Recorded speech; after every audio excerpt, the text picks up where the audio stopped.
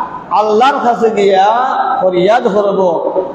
আর যারা আমরা ইহতিরামের সহিত মনোযোগ সহকারে আল্লাহর খুশি করার উদ্দেশ্যে, আল্লাহর হুকুমরে মানার উদ্দেশ্যে যারা আমরা আল্লাহর ঘর মসজিদে আসিয়া জুম্মার দিন হাজির হইমু, আসরের ময়দানও আমরার পক্ষে জুম্মার দিন সাক্ষী দিবে। আর এটাই হতে পারে আমাদের পরকালের জান্নাতের উসিয়ালা। এজন্য আমরা জুম্মার নামাজ আমরা প্রত্যেকে পড়ি, কিন্তু আমরা অলসতা করি। সূরাতুল জুমআর মধ্যে আল্লাহ বলেছেন, ইয়া আইয়ুহাল্লাযীনা আমানু ইযা নুদিয়া লিস-সালাত মিন ইয়াউমিল জুমআতি ফাসআউ ইলা যিকরিল্লাহ ওয়া যারুল বাইত।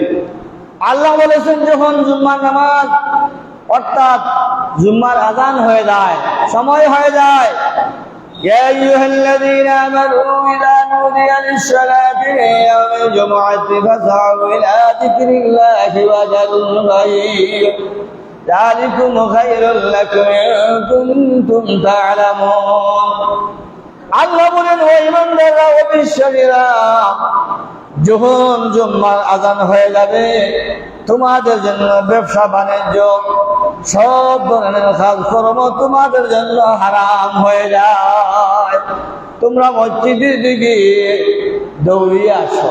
এই দৌড়িয়া অর্থ দৌড়ানি নাই, মনোযোগ সহকারে মসজিদের দিকে যাও।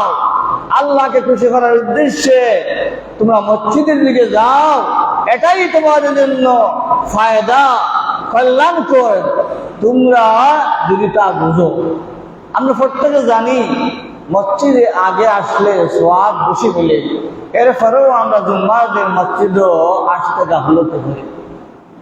যেহেতু আল্লাহর ঘোষণা, সরাসরি আল্লাহর ঘোষণা, যখন আযান হবে তোমরা মনোযোগ সহকারে তোমার সহিত তোমরা মসজিদের দিকে যাও। আর তোমরা কাজ কর্মের মধ্যে লিপ্ত থাকিও না, সবটা বন্ধ করো। আর যখন নামাজ শেষ হয়ে যাবে, فإذا قضيت الصلاة فانتشروا في الأرض وابتغوا من فضل الله واذكروا الله كثيرا لعلكم تفلحون।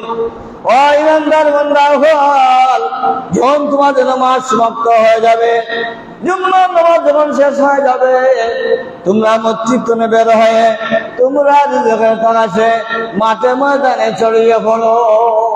আল্লাহ তাআলা বলছেন, আমরা মসজিদের মধ্যে আসতাম আর যাইতাম না, এই ধরনের কোনো কথা আল্লাহ কইছেন না।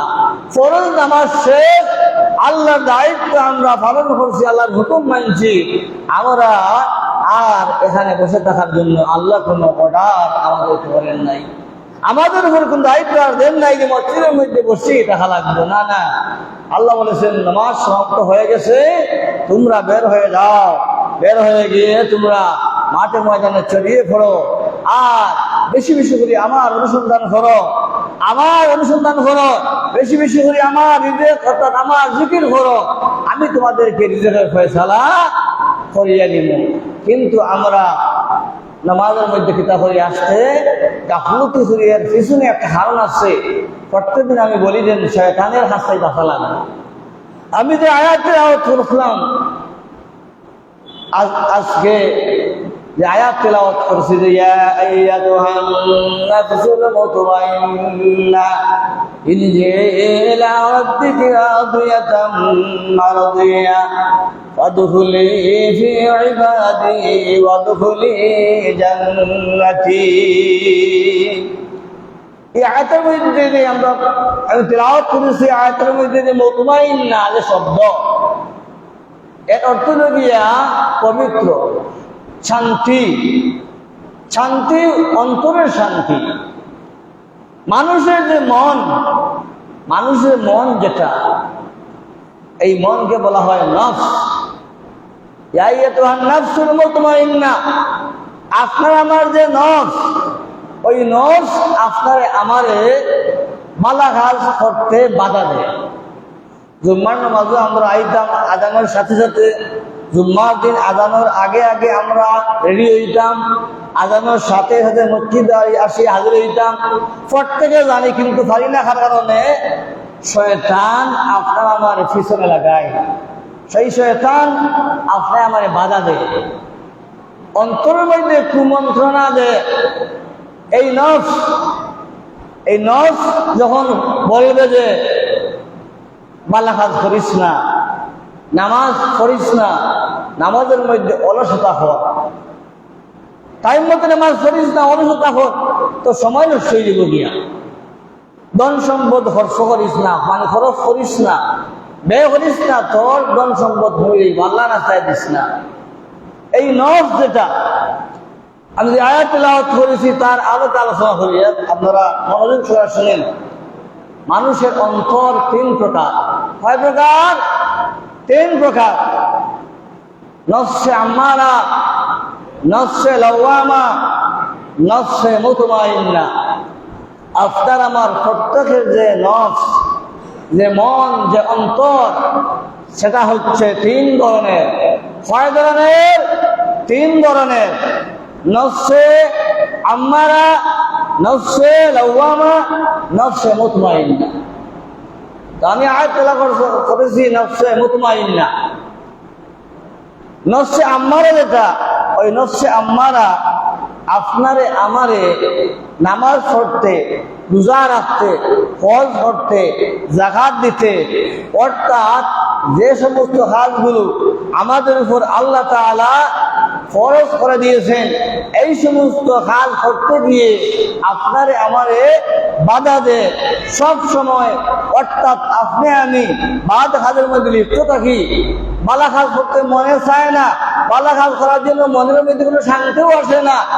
আপনি আমি মনে করুন আপনারা আমার অন্তর যে মন, যে নফস, ওই নফসে আম্মার হয়ে গেছে গিয়া। যেহেতু এই নফসে আপনারে আমারে বালা কোনো কাজ করতে দেয় না, খালি বাধা সৃষ্টি করে, বালা কাজ করা আমাদের পক্ষে সম্ভব হয় না, তখন আপনি আমি মনে করতাম পারবেন আমরা নফস যেটা, মন যেটা, অন্তর যেটা, এটা নষ্ট হয়ে গেছে গিয়া।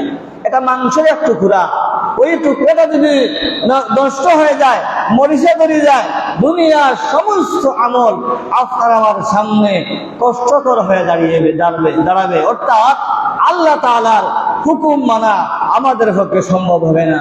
এই নফসে আম্মারাটাকে আপনি আমি বাঁচতে হবে। বাঁচার উপায় কি?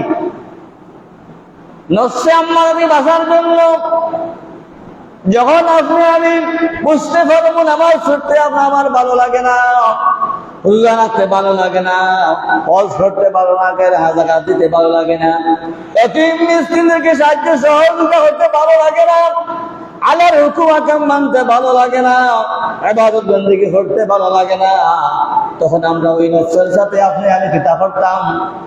জিহাদ শুরু করতাম, জিহাদ করতাম। সুবহানাল্লাহ।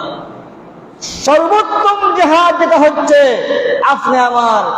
আপনার আমার মনের সাথে, নফসের সাথে যে জিহাদ, এটাই হচ্ছে সর্বোত্তম জিহাদ। ওই জিহাদে যারা বাঁচতে পারবে, ওই জিহাদ থেকে যারা উদ্ধার হতে পারবে, তারাই জান্নাতি। তাদের পক্ষে কোনো অবস্থায় মৃত্যুর আগ পর্যন্ত বাদ কোনো কাজ করা তাদের পক্ষে সম্ভব হবে না, কারণ তার নফসের লগে সে জিহাদ করতে আছে। নামাজের সময় আসলে নফসে বাধা দেয়, মন অন্তর মানে নফস, এই নফসে বাধা দেয়, তখন আপনি আমি যুদ্ধ করিয়া নামাজের মধ্যে দাঁড়িয়েছি। যখন রোজা রাখার সময় হয় তখন নফসে আপনার বাধা দেয়, আমরা রোজা রাখিয়া।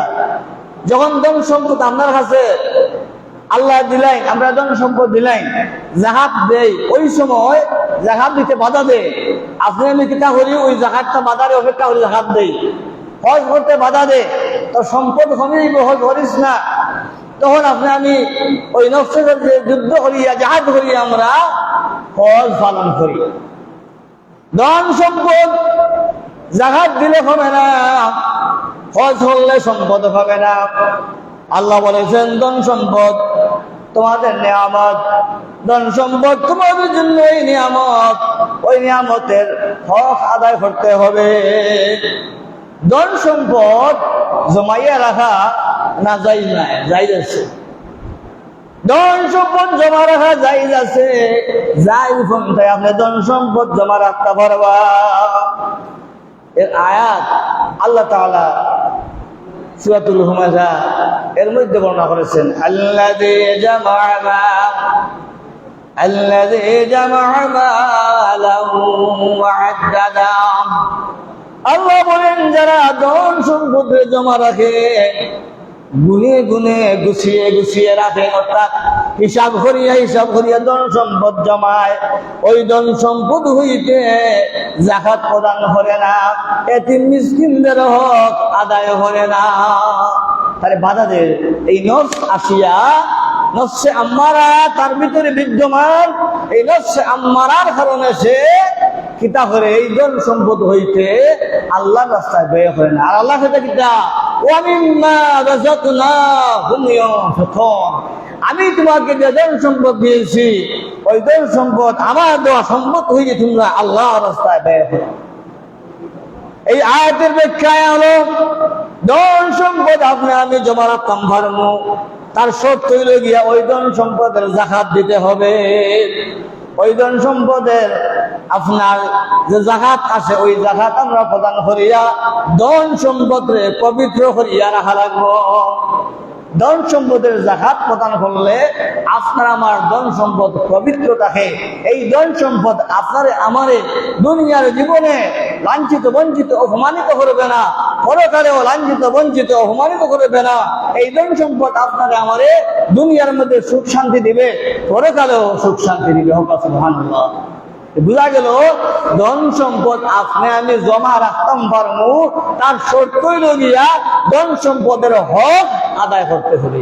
উসমান গনি জানুন আপনারা দান ধন সম্পদ কমছেনি না, না খালি বাড়ে খালি বাড়ে খালি বাড়ে।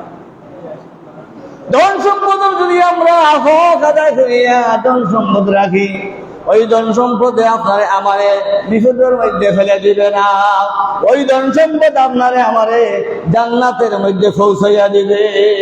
এজন্য ধন সম্পদ এবং সন্তান সন্তানাদি আপনি আমার জন্য নিয়ামত। সূরাতুল মুনাফিকুনের মধ্যে আল্লাহ বলেছেন ইয়া আইয়ুহাল্লাযীনা আমানু লা তুলহিকুম আমওয়ালুকুম ওয়ালা আওলাদুকুম আন যিকরিল্লাহ ওয়া মান ইয়াফআল যালিকা ফাউলাইকা হুমুল খাসিরুন।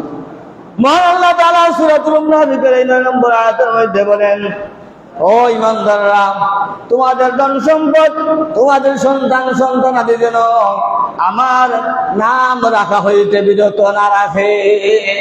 আল্লাহ কথা কইরা ধন সম্পদের কারণে আল্লাহরে বলতাম না, সন্তানদের পিছনে ঘুরিয়া ধন সম্পদের পিছনে ঘুরিয়া আল্লাহরে আমরা বলতাম না। আর যদি আমরারে বলি আল্লাহরে বলি যাই ধন সম্পদের পিছনে ঘুরিয়া সন্তানাদের পিছনে ঘুরিয়া যদি আমরা আল্লাহরে বলিয়া যাই, আল্লাহ বলেন তারা ক্ষতিগ্রস্তদের অন্তর্ভুক্ত। ক্ষতিগ্রস্ত আল্লাহর ভাষায় তাদেরকে বলা হয় যারা জান্নাত জাহান্নামী, যারা পথ হারা হয়ে গেছে, দিশাহারা হয়ে গেছে, আল্লাহ রাস্তাটা কি সরে গেছে, তাদেরকে বলা হয় ক্ষতিগ্রস্ত আল্লাহর ভাষায়। ইয়া আইয়ুহাল্লাযীনা আমানু লা তুলহিকুম আমওয়ালুকুম ওয়ালা আওলাদুকুম আন যিকরিল্লাহ ওয়া মান ইয়াফআল যালিকা ফাউলাইকা হুমুল খাসিরুন। যারা ধন সম্পদের পিছনে ঘুরিয়া সন্তানাদের পিছনে ঘুরিয়া আমারে বলি যাইব, তারা হবে ক্ষতিগ্রস্তদের অন্তর্ভুক্ত। আমরা ধন সম্পদ ভাইয়া সন্তানাদি ভাইয়া আমরা আল্লাহরে বলতাম না, আমরার মূল জাকাত রাখতাম, মূল জাকাত রাখিয়া আমরা ধন সম্পদের হাতে লাগাইতাম।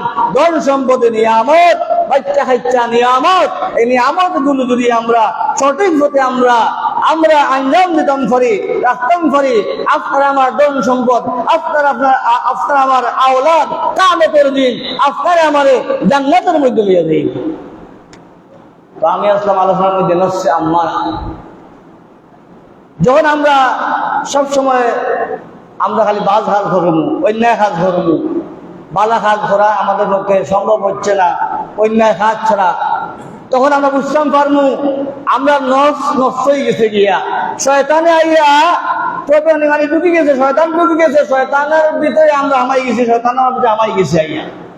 তখন আমরা দর্শের সাথে যুদ্ধ করিয়া বালা কাজ করতাম, বালা কাজ করতে ওই নফসা, এই নফস ওই নফসে লাউয়ামা। সুবহানাল্লাহ।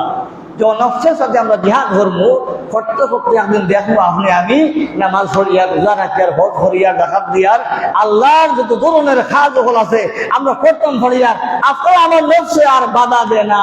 এই নফসটা হয়ে গেছে নফসে লাওয়ামা, আম্মারাতে হয়ে গেছে নফসে লাওয়ামা।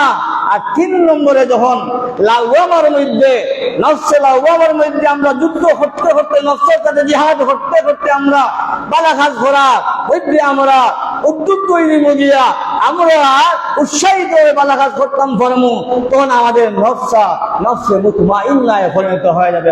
সুবহানাল্লাহ। তখন আল্লাহ ডাক দিবেন, ইয়া আইয়াতুহান নাফসুল মুতমাইন্না তুরজিহি ইলা রাব্বিকি রাদিয়াতাম মারদিয়া ফাদখুলি ফি ইবাদি ওয়াদখুলি জান্নাতি। আল্লাহ বলেন, যখন তোমাদের নফস পবিত্র হয়ে যাবে, মুতমাইন্না হয়ে যাবে, শান্ত মন হয়ে যাবে, তখন আমি ডাক দিব, আমার প্রশান্ত মন, তোমরা সন্তুষ্ট চিত্তে আমার দিকে আসো, প্রত্যাবর্তন করো, আমার বান্দা বান্দীদের অন্তর্ভুক্ত হয়ে যাও, আর আমার জান্নাতের মধ্যে তোমরা প্রবেশ করো। আল্লাহু আকবার। চিন্তা করবেন, এই নফস কয় প্রকার? 3 প্রকার। নফসে আম্মারা, নফসে লাওয়ামা, নফসে মুতমাইন্না।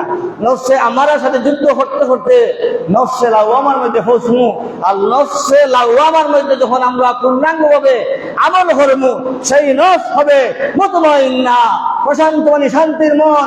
এই মনটা শান্তি, প্রশান্তি, এই মনের মধ্যে শান্তি আপনার বিরাজ করবে। তখন আল্লাহ তাআলা আমাদেরকে ডাক দিবে, এই মন তুমি আসো, শান্তি হইয়া খুশিতে আমার দিকে আসো, আর আমার নেককার বান্দা বান্দীদের অন্তর্ভুক্ত হয়ে যাও, আর আমার জান্নাতে তোমরা প্রবেশ করতে পারো। এই নফসের সাথে আমি জিহাদ করতে হবে। এই নফসের লেগে জিহাদ করার সময় শয়তান আপনারা আমারে খালি বাধা দিতে হবে। যেহেতু জানে শয়তান নফসে আমারের মধ্যে যদি আপনারা আমারে রাখি দিয়ে, তাহলে তো আমরা জাহান্নামী। আমরা তার পথে তাহলে তার কাজ ধরবো, সে হবে আমাদের অভিভাবক, সে হবে আমাদের গার্জিয়ান, সে আমাদেরকে আলোর পথ হইতে অন্ধকারের মধ্যে ফেলাইয়া জাহান্নামের মধ্যে নিক্ষিপ্ত হবে। সেই নফসের সাথে আমি প্রত্যেকে জিহাদ করতে হবে। 5 ওয়াক্ত নামাজ পড়তে গিয়া সেই নফসে আপনারা আমাদের বাধা দেয়, ওই নফসের সাথে আমি জিহাদ করিয়া 5 ওয়াক্ত নামাজ আমি পড়তাম, 1 ওয়াক্ত নামাজ আমি পড়তাম না। এই নামাজের মাধ্যমে আপনার আমার জীবনের শান্তি, পরকালের শান্তি নামাজের মধ্যে আসে। এই নামাজ ঠিক মতো আদায় করলে আপনার আমার দুনিয়ার মধ্যে অশান্তি পড়া লাগবে না। আপনার পরকালের মধ্যে আমরা অশান্তির মধ্যে পড়তাম না, আমরা নিঃসন্দেহে জান্নাতের মধ্যে আমরা যাইতাম। ধরো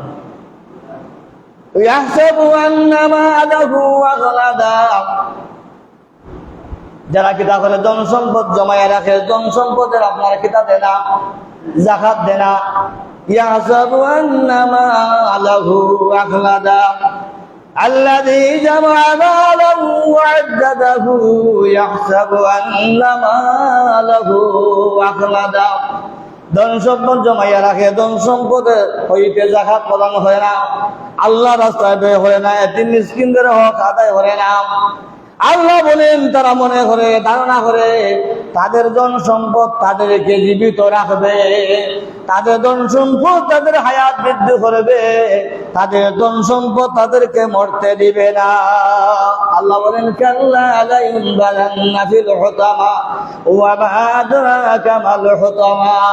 কখনো না, তোমাদের ধন সম্পদ তোমাদেরকে বাঁচিয়ে রাখতে পারবে না, তোমাদের ধন সম্পদ তোমাদের হায়াত বৃদ্ধি করতে পারবে না, তোমাদের ধন সম্পদ তোমাদেরকে মৃত্যু থেকে বাঁচাতে পারবে না।